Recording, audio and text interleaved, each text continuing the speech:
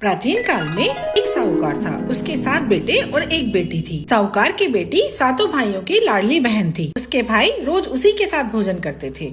एक समय उसने अपनी सातों भाभियों और अपनी माँ के साथ करवा चौथ का व्रत रखा। उस दिन भी रोज की तरह उसके भाइयों ने अपनी बहन को खाना खाने के लिए बुलाया। तब बहन बोली, भैया आज मेरा करवा चौथ का व्रत है, इसलिए चांद उगेगा तब खाना खाऊंगी। भाइयों ने सोचा कि बहन भूखी रहेगी, इसलिए एक भाई ने दिया लिया, एक भाई ने चलनी ली और पहाड़ पर चढ़ गए।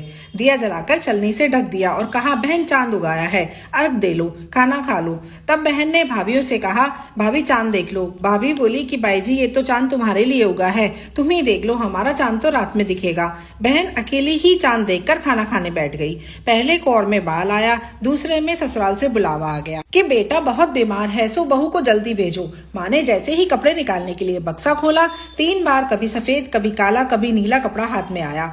माँ ने सोने का सिक्का पल्ले से बांध दिया और कहा कि रास्ते में सबके पैर छूती जाना, जो तुझे अमर सुहाग की आशीष दे यह सोने का सिक्का उसे ही दे देना और पल्ले में गांठ बांध लेना। रास्ते में सब औरतें आशीष देती गई, पर किसी ने भी सुहाग की आशीष नहीं दी। ससुराल के दरवाजे पर जेठ की लड़की झूला झूल रही थी। वह उसके पैर छूने लगी तो वो बोली, सीधी हो सपूती हो, 7 पूत की माँ हो। यह वाक्य सुनते ही उसने जल्दी से सोने का सिक्का उसे निकाल कर दे दिया और पल्ले से गांठ बांध ली।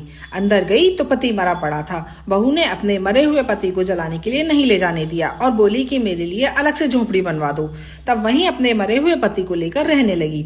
रोज सास बची कुची ठंडी बासी रोटी बच्चों के साथ भेज देती। कुछ समय बाद माँ हमें तिल चौथा आई और कहने लगी, करवा ले तू करवा ले, घड़ी बुखारू करवा ले, 7 भाइयों की प्यारी बहन करवा ले, दिन में चांद देखनी करवा ले, व्रत भांडनी करवा ले। तब वह बोली कि हे चौथ माता, मेरा उजड़ा हुआ सुहाग तो आपको ही बनाना पड़ेगा। मुझे मेरी गलती का पश्चाताप है, मैं आपसे माफी मांगती हूँ। तब चौथ माता बोली, मेरे से बड़ी बैसाख की चौथ आएगी, वो तुझे सुहाग देगी। इसी तरह बैसाख की चौथ आई और उसने भी कहा कि भादवी की चौथ तुझे सुहाग देगी। कुछ महीने बाद भादुड़ी चौथ माता स्वर्ग से उतरी। तेरे ऊपर सबसे बड़ी कार्तिक की करवा चौथ माता नाराज हुई है। यदि तूने उनके पैर छोड़ दिए तो कोई तेरे पति को जिंदा नहीं कर सकता।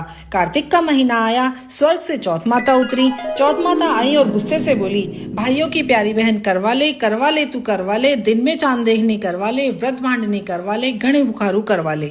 साहूकार की बेटी ने चौथ माता के पैर पकड़ लिए और विलाप करने लगी, हे चौथ माता, मैं ना समझती, मुझे इतना बड़ा दंड मत दो। मेरी बिगड़ी आपको बनानी ही पड़ेगी, क्योंकि आप सब जगत की माता हैं और सबकी इच्छा पूरी करने वाली हैं। उसके इस करुण पुकार को सुनकर माता का हृदय पिघला और माँ ने उसे अमर सुहाग का वरदान दे दिया। करवा चौथ माता की कृपा से उसका पति पुनर्जीवित हो गया और दोनों पति पत्नी ने चौथ माता का धन्यवाद किया और विधि विधान से उज्जवल किया।